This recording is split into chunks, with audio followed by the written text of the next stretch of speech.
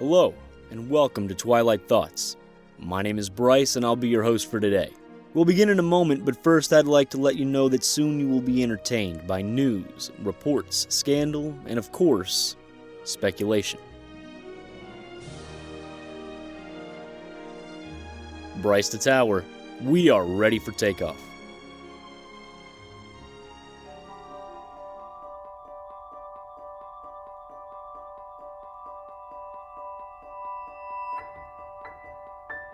Welcome to this episode of Twilight Thoughts. My name is Brice, and I am here tonight with my good friend and wife, Jamie. Say hi, Jamie. Hello, everybody. How's it going? So, what we're going to do tonight is not talk about a news story so much as give you guys a movie review. Me and Jamie just got back from seeing Maleficent, Mistress of Evil, and now we're going to talk about it. So, before we do that, let's kind of just introduce the movie real quick. Maleficent, the Mistress of Evil, starred Angelina Jolie as Maleficent and Elle Fanning as Aurora, and Michelle Pfeiffer as Philip's mother, and pretty much everybody else is inconsequential. This movie was made with a budget of $180 million, and at its opening weekend at the box office, domestically, it made $36 million. So, real quick, I'll just give you my very quick thoughts on the matter because I don't have a whole lot to say. Maleficent, Mistress of Evil is not as bad as I thought it was going to be, but it wasn't all that good either. You know, it's not bad, it's not offensive or anything like that. There are certain story elements that they introduce and they come right out of nowhere. And just, I have no idea where this came from. There were characters that they introduced that never got a name. That's true. And it'd be one thing if it was a background character, you know, like a guard. Oh, my lady, Maleficent is coming to attack. That guy doesn't need a name.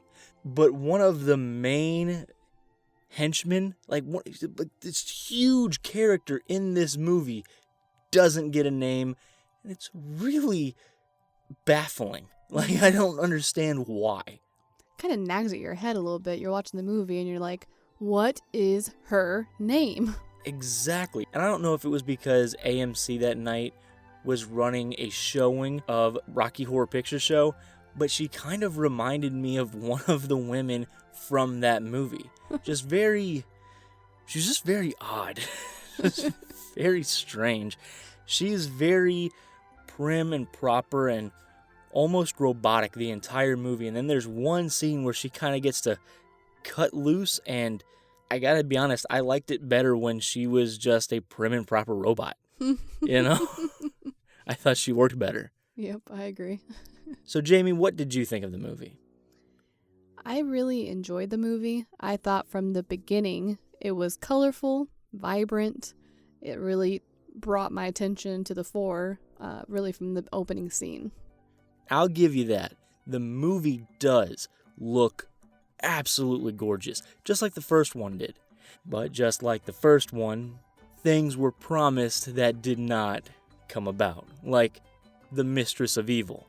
Maleficent was not the Mistress of Evil. But like I said, I want to talk about, some good aspects of the movie, and to Jamie's point, the visuals just were absolutely stunning. It really did work very well, for me anyway. Oh yeah, for sure. They did a great job with that. I felt like, too, that the relationships between the different characters, if you're following closely with the first movie and then you open up to the second movie, you're able to appreciate the events as they unfold. And you can be excited for the characters when things happen good for them. And there's a celebration in this movie, and you feel happy for them. And there's a lot of family drama, if you will. So I felt that the storytelling, in my opinion, I actually really enjoyed it in the movie. Nice. I mean, for me, there was a lot of it that was rather predictable, And I know that, Jamie, you were like, oh my God, I was shocked at this point. I was like, I kind of saw that coming a mile away. To be fair, though, it might be just because I watch a lot of movies. I I watch an exorbitant amount of movies. I am what you call the average moviegoer, so people listening, I will be more than likely your voice. Now, Jamie, one of the things that honestly I was looking forward to was Michelle Pfeiffer. Mm-hmm. What did you think of Michelle Pfeiffer? I think she did her role justice. I think she was, from the beginning, you could tell that she was malicious, and you could tell she had an agenda. It was very clear that was the case. It was brutally clear. Like, yeah. If anybody watching this movie was like, no, Maleficent's gonna be the bad guy, clearly within, 5 minutes, you're like, nope, no, she is not. Not even a little bit. Mm-hmm. So, the movie, as a movie would, really builds to this climax. And the climax, I thought, was, for the most part, pretty fun. You know, there was a lot going on, right? Oh, yeah, for sure. And everything is very well shot. You're never like, I don't know what's happening here. I can't follow the action that's being shown. You always can. I mean, do you disagree with that? No, I was thinking about that. That's actually a really good point, because there are some movies, especially action scenes, fight scenes, where they're all over the place, and you're like, I have no idea where so and so is or what happened to them. Did they die? Are they alive? No idea. But in this movie, I could say that was true. Exactly. So my hat is off to them there. That really goes again to just the overall look of the movie, which I really enjoyed. Mm-hmm. Another part of the movie that I liked were certain aspects and certain parts of the score. I thought the score at the very beginning, over top of the title card, was fantastic. Mm-hmm. If ever you were like, hey, this is going to be a fairy tale, what kind of music do we want to listen to? It was that. They did a really good job. As the movie goes on, other scenes don't get the same love that the opening got, but then other scenes really do get a lot of attention showed to them from the score. And when they do, they work. Mm-hmm. I would agree with that.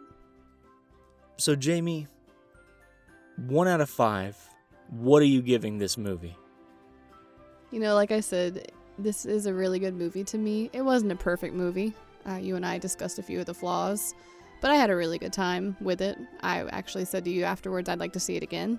So just for that, I would say it would get a solid 3.25. 3.25. We'll do that. All right, that's fair enough. You know, like I said at the beginning, this movie is not offensively bad.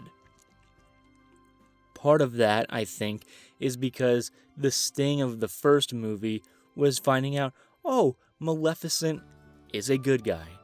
And then you go into this movie going, Maleficent's going to be a good guy, even though they try to pull that whole crap of, no, she's actually the bad guy. No, she's not. Stop it. Stop trying to make me think that Maleficent in this series of movies is going to be the bad guy.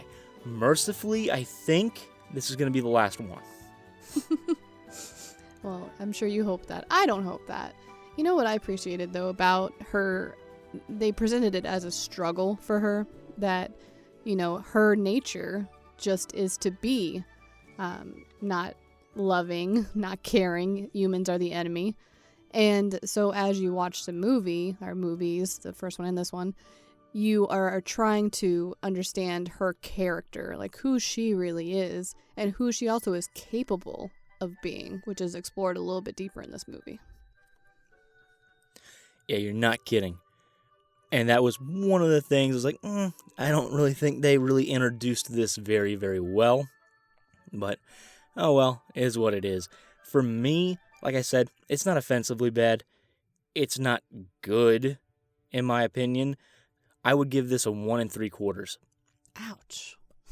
I plan on never watching this movie again. Not once. Like, I suppose I'm watching without you then. Yes, you will. If you want to watch it, it will be without me. So guys, those are our thoughts on this movie. It's been out for a week now. Actually, it's been out for 2 weeks now. I'd be very curious to know what you guys think of the movie.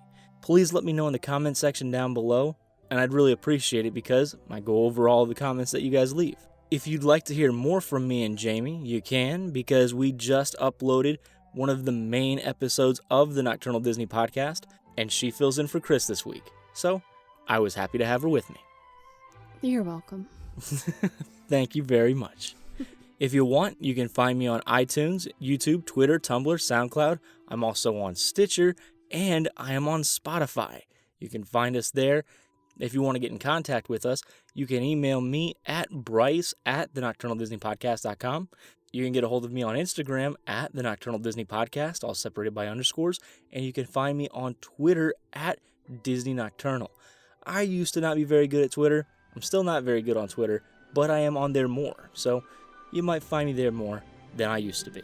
Guys, thank you so much for listening. We really do appreciate it, and on behalf of our entire crew, thanks for soaring with us, and have a great day wherever your final destination may take you.